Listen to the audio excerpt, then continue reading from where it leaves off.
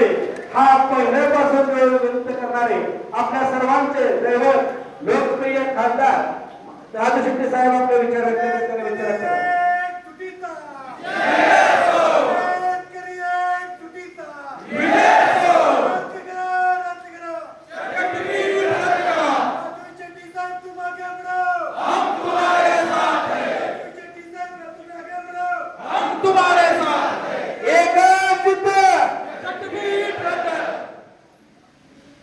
या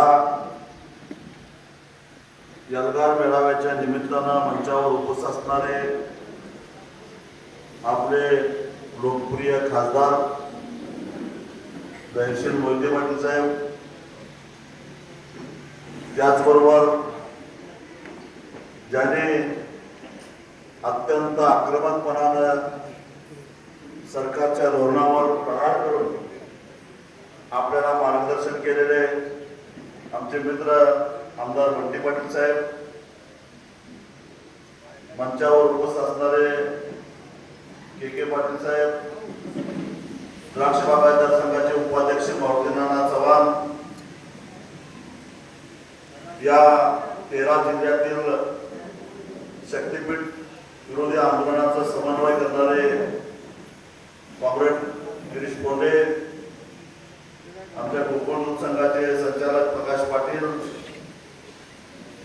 जिल्हा परिषदेचे सदस्य मारुती शिंदे, माळशिरस पंचायत समितीचे सभापती दत्ता मागर, बाळासाहेब पाटील, शिवाजी पाटील, निशांत पाटील, दीपक देशपांडे, शरद पांढरे, सचिन जगताप, संदीप पाटील, ॲडव्होकेट दीपक लाड, श्रीदास वनमाने, विक्रम पवार, सर्वच मंचावरचे मान्यवर, उपस्थित पत्रकार मित्र, मोठ्या संख्येनं उपस्थित असणाऱ्या आमच्या भगिनी आणि शेतकरी भावा, शक्तीपीठ महामार्ग रद्द करायचा विडा उचलून गेली 2 वर्ष सातत्यानं आम्ही या शक्तीपीठ विरोधामध्ये संघर्ष करतो.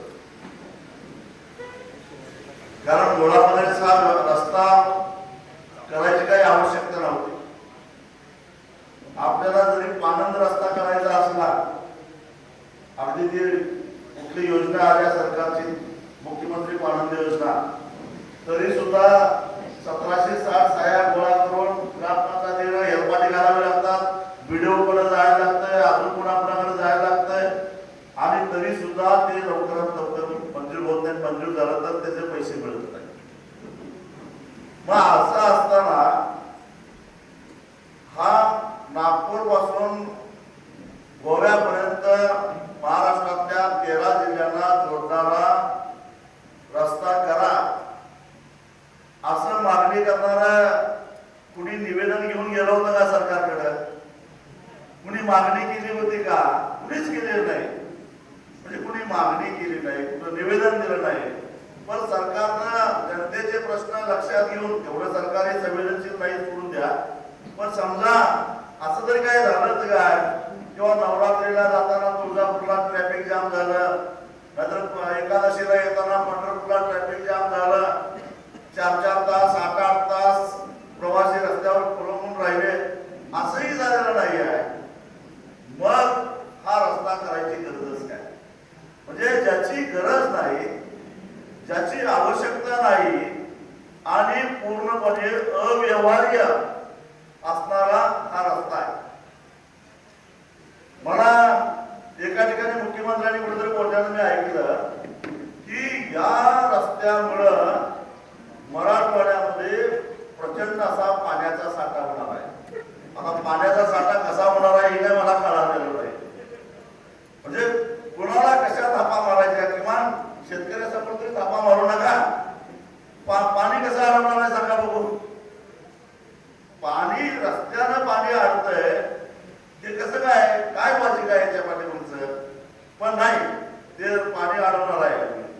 तुम्ही आतापर्यंत नाही म्हटलं तर देवेंद्र फडणवीस तुम्ही 2015 ते 2026 11 वर्ष झालं सत्तेत आहे. कधी मुख्यमंत्री कधी उपमुख्यमंत्री होता, किती दिवे लावले आतापर्यंत या महाराष्ट्रामध्ये, किती पाणी अडवलं याचा पहिला हिशेब द्या आणि मग थापा मारायला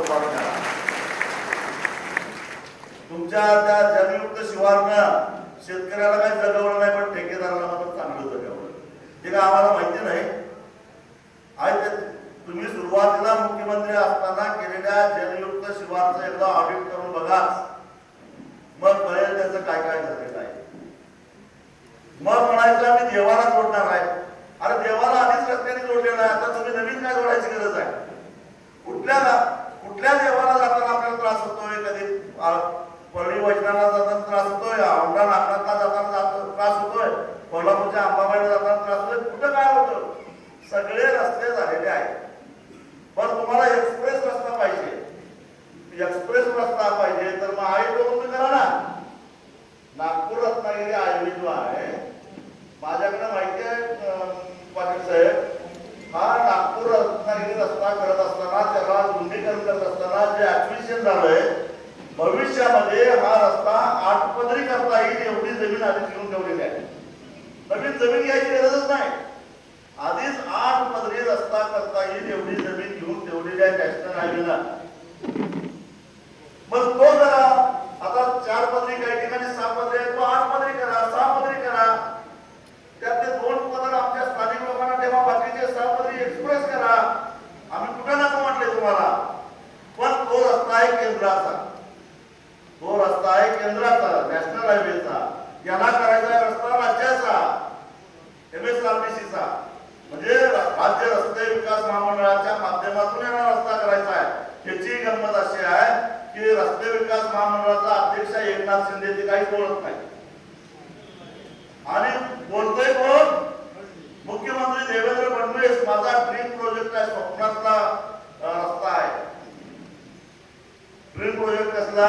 याला पैसे काय घे, दुसरं काय, आणि त्यात हिस्सेदारी एकनाथ शिंदेची नको आहे म्हणून हे एकटंच बोलतोय. याला बळी आपण पडायचं काय हे ठरवा. ड्रीम प्रोजेक्ट म्हणायला देवेंद्र फडणवीस साहेब, म्हणजे तुमच्या स्वप्नातला रस्ता करण्यासाठी पहिल्यांदा झोप तरी लागली पाहिजे. आम्ही अशी परिस्थिती निर्माण करू, अशी परिस्थिती निर्माण करू, तुम्हाला झोपच लागणार नाही. त्यामुळे आणि ते करतोय हे तुम्हाला माहिती आहे, म्हणून तर तिकडनं इकडे आला तुम्ही. हे आम्ही करू शकतोय हे त्यांना माहिती आहे, म्हणून तिकडचा रस्ता आता इकडं आणला. इकडं आणला तुमच्या पालकमंत्र्याच्या आग्रहापात्र असल्याचं म्हणणं आहे. तिथं काहीतरी त्याला 1,5-2 हजारामध्ये 1000 एकरामध्ये काहीतरी 5 स्टार MIDC काढायची आहे. मान खतावला 5 स्टार MIDC काढण्यासाठी ती रस्त्यावर आली पाहिजे, म्हणून रस्ता इकडं. अरे पण मगाशी नानाने सांगितलं राम नको इथनं फक्त सांगलीपर्यंत केवळ, मी इतर पिकाचं सांगतच नाही, द्राक्ष शेती जर का 6000 एकर जर का बाधित होत असेल तर त्यांनी हिशेब सांगितला की एका एकरामध्ये 4 लोकांना रोजगार मिळतोय. तुम्ही नाना नुसतं प्रत्यक्षात शेतात काम करणाऱ्यांचं सांगितलं, पण एक द्राक्ष बागायतदार कुणाकुणाला जमवतोय, बॉक्स बनवण्याला जमवतोय, बेदाणे द्राक्षाची वाहतूक करणाऱ्याला जगवतोय, औषध कंपन्याला जगवतोय, त्याचबरोबर सुतळीपासून मोळ्यापर्यंत खेळा कुणाला जगवतोय. या सगळ्याचा हिशेब केला तर कमीत कमी एका एकरावर 10 माणसं तरी उपजीविका करतात, हे लक्षात ठेवा. 10 माणसं. 6,000 झाली किती? 60,000 झालं. 60,000 लोकांचा रोजगार तुम्ही काढून घेणार आणि शक्तीपीठ करणार. यातनं रोजगार किती लोकांना तयार होणार आहे सांगा बघू स्थानिकांना. यात कुणालाही रोजगार मिळणार नाही. फक्त टोल नाक्यावर टोल गोळा करायला कोण जातील त्यांना काही लोकांना रोजगार मिळेल, रोजगारही मिळेल, मालही मिळेल. माल मिळणार आहे सगळ्या एवढं, दुसरं कुणाला रोजगार मिळणार आहे? कुणालाही रोजगार मिळणार नाही. म्हणून आहे तो 60,000 लोकांचा रोजगार काढून घेऊन नवा रस्ता करण्यामध्ये काय शांतपणा आहे? आधीच बेरोजगार एवढी वाढलेली आहे, त्यात हे नवीन भर कशासाठी? या प्रश्नाचं उत्तर मुख्यमंत्री म्हणून तुम्ही देवेंद्र फडणवीस दिलं पाहिजे. हे शक्तीपीठ महामार्ग पाहिजे नको म्हणणारे बंदी पाटील साहेब, आम्ही सगळेजण, आणि पाहिजे म्हणणारे काही लोक होते. एकदा मला वाटतं एका चॅनेलला ठरवलं, यांची समोरासमोरच एकदा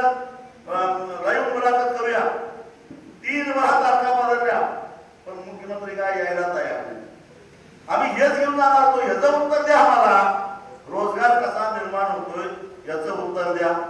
हे एवढ्या कमी पैशात एवढ्या जास्त पैशात का होतंय याचं उत्तर द्या. मी मगाशी म्हटलं त्या पद्धतीनं एवढा पैसा खर्च होणं गरजेचं आहे का हो? तुमच्या जिल्ह्यातून नाशिक ते अक्कलकोट एक नवा रस्ता होणार आहे. नॅशनल हायवेनं तो डिक्लेअर केलेला आहे आणि त्या नाशिक ते अक्कलकोट या रस्त्याला लांबी आहे 374 किलोमीटर. त्याच्या अधिकृत वेबसाईटवरती टाकलेला आहे त्यांनी 374 किलोमीटर लांबीचा हा नाशिक ते अक्कलकोट शक्तिपीठी 6 पदरी आहे, तोही 6 पदरीचा आहे. शक्तिपीठ एक्सप्रेस आहे, तोही एक्सप्रेस आहे. आणि ते सांगतात की 374 किलोमीटर लांबीचा हा रस्ता आम्ही 19,000 कोटी मध्ये पूर्ण करणार आहे. म्हणजे साधारणपणे 19,000 कोटी भागिले 376 जर भागाकार केला तर उत्तर येतंय 51 कोटी रुपयाला 1 किलोमीटर रस्ता पूर्ण होतोय. आणि यांचं आधी म्हटले 86,000 कोटी, आता मग म्हटले 1,00,000 कोटी, आता म्हणतात 1,10,000 कोटी. 1,10,000 कोटी भागिले 856 जर का भागाकार केला तर याचं उत्तर येतं 128 कोटीला 1 किलोमीटर. अहो 128 कोटी सोन्याचा पत्रा टाकून मिळते हा. 128 कोटीला 1 किलोमीटर रस्ता एकाच वेळी दोन्ही रस्ते चालवाय. त्यांचं म्हणणं आहे 51 कोटी ते 1 किलोमीटर, यांचं म्हणणं आहे 128 कोटी रुपये 1 किलोमीटर. मग मला सांगा की 51 कोटी कुठं 128 कोटी कुठं एका किलोमीटरवर किती खायचं होते हा. आणि ते काय साधू सांगतो नाही 51 कोटीत करणार आहे, तेही 10-15 कोटी खाणार आहेतच. पण त्यांचं खाऊन सुद्धा जर का 51 कोटी होत असेल तर यांना कसला भस्म्या रोग झालाय, किती मोठं पोट सुटलं यांना खायला हा. अरे काहीतरी हिशेब. म्हणून 50,000 कोटी रुपयाचा जो काय डबडा यातनं पडणार आहे ही प्राथमिक आकडेवारी आहे, याच्यात अजून भर पडणार आहे. आणि हे सगळं कशासाठी, हे सगळं कशासाठी तर पुढच्या येणाऱ्या निवडणुकीमध्ये पैसा उभा करण्यासाठी. यांना आता पंतप्रधान व्हायचे स्वप्न पडायला लागले आहे. पंतप्रधान होण्यासाठी खासदार विकत घ्यायला यांना हे पैसे पाहिजे आहेत. पण त्यांचा ड्रीम प्रोजेक्ट काय, त्यांचा ड्रीम प्रोजेक्ट लाल किल्ल्यावर तिरंगा फडकवणे हा त्यांचा ड्रीम प्रोजेक्ट आहे. आणि त्यासाठी लागणारा पैसा हा यातना उभा करायचा आहे. पण त्यासाठी तुम्ही बळी पडणार आहात का, हा खरा माझा सवाल आहे. हा आपला का बळी द्यायचा त्यासाठी. मग काय बाकीची काही चिल्लर बिल्लर आहेत ते म्हणतात रस्ता व्हायला पाहिजे, विकास व्हायला पाहिजे. समृद्धी महामार्ग होऊन 10 वर्ष झाली. आपण एक काम करू, प्रत्येक गावातली 10-10 शाली माणसं घेऊन समृद्धी महामार्गाचा अगदी पार अगदी नाशिक पासून नागपूर पर्यंत जाऊया एक दिवस. आणि कुठल्या कुठल्या गावाचा इतिहास झाला, विकास झाला त्याचा तपासून बघूया की 10 वर्ष झाली रस्ता होऊन. या 10 वर्षामध्ये जरा तरी विकासाच्या खुणा दिसायला पाहिजे होत्या. मग 10 वर्षात विकास होणार नाही कधी, आमची लाकडं नसतात गेल्यावर कधी होणार आहे तुमचा विकास. म्हणजे हे सगळ्या तापा आहेत. विकास काही होणार नाही, यांना त्यातला पैसा उभा करायचा आहे.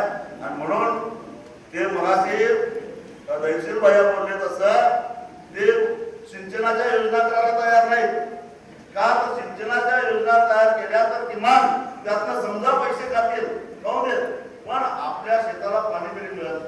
आमचं सांगली कोल्हापूर पुराच्या त्याच्यात तडाख्यातनं तरी वाचल. आम्ही होय म्हटलं ना, करा तो सिंचनाचा प्रकल्प करा. अहो तुम्हाला सांगतो जुलै महिन्यामध्ये आमच्या शिरोळ तालुक्यामध्ये राजापूर नावाचं एक गाव आहे. हा कर्नाटकच्या आणि महाराष्ट्राच्या सीमेवर असलेलं कृष्णा नदीवरचं गाव आहे. त्या ठिकाणी एक बंधारा आहे कोल्हापूर टाईपचा.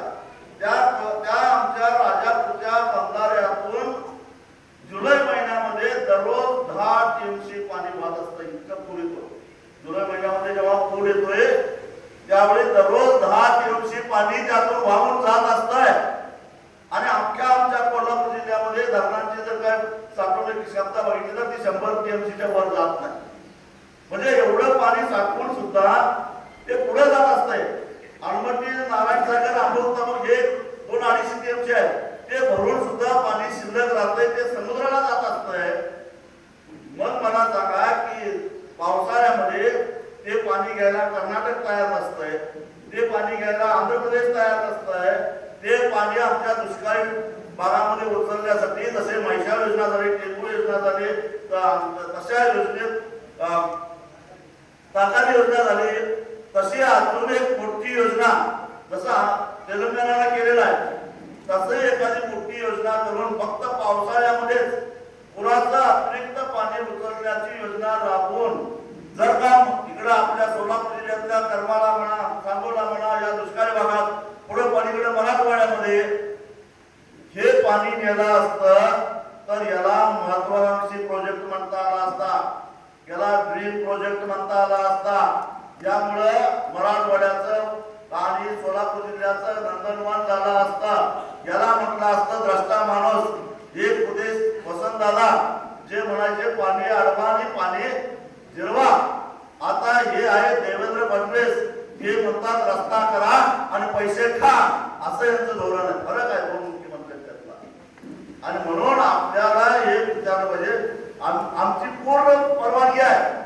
तुम्ही जर का अशा प्रकारे पाण्याचा प्रकल्प करणार असाल, काय त्यातनं 22,000 कोटी हंड्रेड तुम्ही तरी आम्ही काय हरकत घेणार नाही. पण याचा होऊन दे, काय हरकत घेणार नाही. काय नसल्यापेक्षा बरं असा विचार करू. मी कायम भ्रष्टाचाराच्या विरोधात बोलतोय, पण मी सुद्धा आता जरा व्यवहारिक झालोय. काय करायचं आता? प्यायला पाणी नाही एका बाजूला, दुसरीकडे गटागळ्या काय पाण्यामध्ये. या दोघांचा एक प्रश्न सोडवायचा असेल तर असा काहीतरी मधला मार्ग काढणं गरजेचं आहे की नाही. पण हे करायला निघाल्यात शक्तीपीठ महामार्ग, ज्याची कुणालाच गरज नाही. आणि मग हा रस्ता व्हायला पाहिजे म्हणून आपल्याकडे काही सटरपटर विकासाचा दरवाजा खुला व्हायला लागलाय म्हणतोय, कोण म्हणतोय लोकांना पैसे भरपूर मिळणार आहेत. आता पैसे किती मिळणार आहेत माझ्या आधीच्या वक्त्याने तुम्हाला सांगितलेलं आहे. पैसे काही जास्त काही मिळणार नाहीत. उलट आहे ते मिळणारे पैसे वेळेवर मिळतील का नाही याची गॅरंटी नाही. अजून रत्नागिरी नागपूर रस्त्याचे पैसे शेतकऱ्यांना मिळाले नाहीत. अहो एका सातबाऱ्यावर इतर असतात आणि याच्यात मिळत किती नावं असतात? 8-10 नावं तरी असतात की एका गटात.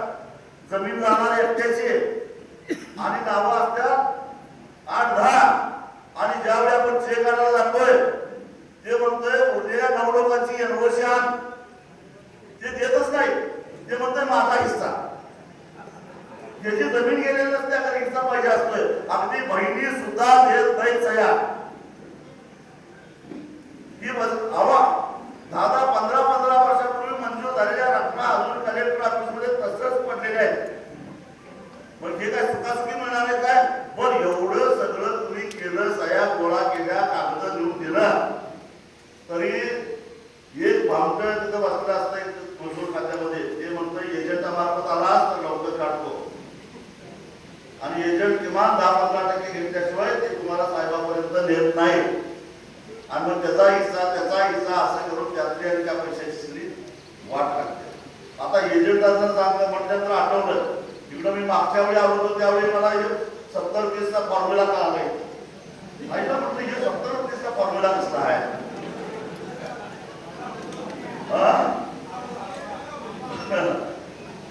70-30 मला वाटलं हे काहीतरी असं आमच्या जपानचा आहे 70-30चा फॉर्म्युला, कसला काहीतरी फॉर्म्युला असेल. तर मी अधिक चौकशी केल्यानंतर असं कळालं की या क्षेत्रामध्ये आमची फळझाडं होती आणि त्याचं मूल्यांकन एवढं झालेलं आहे. असं सगळं खोटं रेकॉर्ड तयार करायचं, सरकारच्या तिजोरीतला पैसा काढायचा आणि तो पैसा आला तर तुमचं 30 आमचं 70 असं आहे ना ते. काही लोक मी 5-5 वर्षाची झाडं आणून लावली आहेत काय ते शिल्लक. मगाशी एकटा म्हटला तिकडनं रस्ताच गेला, आता काय करायचं ते पाणी घालत बस बाबा झाडाला, दुसरं काय करणार. आणि हे तर काय रस्ता मी उघडून देणार आहे?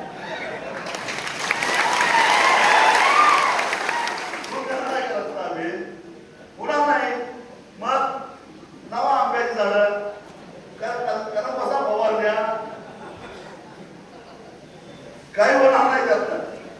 आणि मुळामध्ये तुमच्या माहितीसाठी सांगतो की गेल्याच 1-2 महिन्यापूर्वी हायकोर्टाने एक निकाल दिलेला आहे.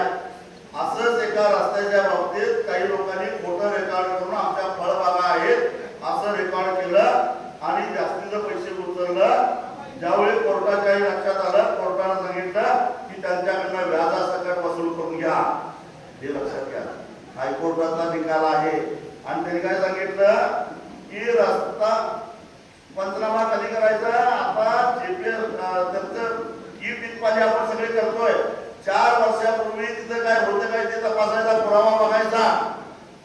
म्हणजे 4 वर्ष समजा तुम्ही आता झाडं लावली, 4 वर्षापूर्वी तिथं होती का, मग ते बघायचं. ते सापडते का सगळं झॅकनेटवर ना, आणि ते नसलं की गेलं.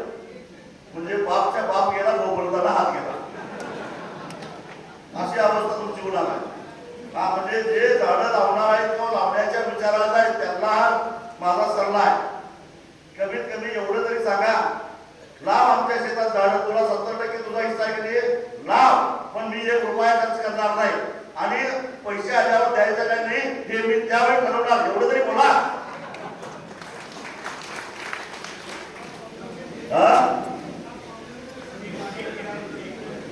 तसा मला स्टॅम्प एखादा द्या, त्यांना लावतो का मला. आणि मी तुम्हाला खरं सांगतो, तुम्ही भले खोटं रेकॉर्ड कराल आणि दुर्दैवानं आपल्या रस्ता झाला आणि तुमची रक्कम मंजूर झाली तर मी तरी सोडणार नाही. आणि मी तुम्हाला माहिती आहे, मी एकदा एखाद्या मागे पाठ लागून हात लागून पाठ लागून तर सोडत नाही कोणाला. त्यामुळे एकालाही असं खोटं रेकॉर्ड तयार करून पैसा मिळवून देणार नाही, हा माझा तुम्हाला दिलेला शब्द आहे. या भामट्यांच्या भूततापांना अजिबात बळी पडू नका. कोण आमदार असू दे, कुणी असू दे, यांना अजिबात बळी पडू नका. तुमचा याच्यामध्ये तोटा होणार आहे, तुमची याच्यामध्ये बदनामी होणार आहे आणि तुम्हाला याच्यामध्ये हाताला काहीच लागणार नाही. त्यामुळं आपला फायदा एकच आहे, तो म्हणजे या रस्त्याला विरोध करणं. फक्त ज्याची जमीन जात्या त्यांचाच हा प्रश्न नाही आहे, ज्यांची जात नाही त्याचं नुकसान जास्त होणार आहे. जमीन जाणाऱ्याला 4 पैसे तरी मिळतील, पण जाणार नाही त्याचं. अहो तुम्हीच आता मला एक एका गावात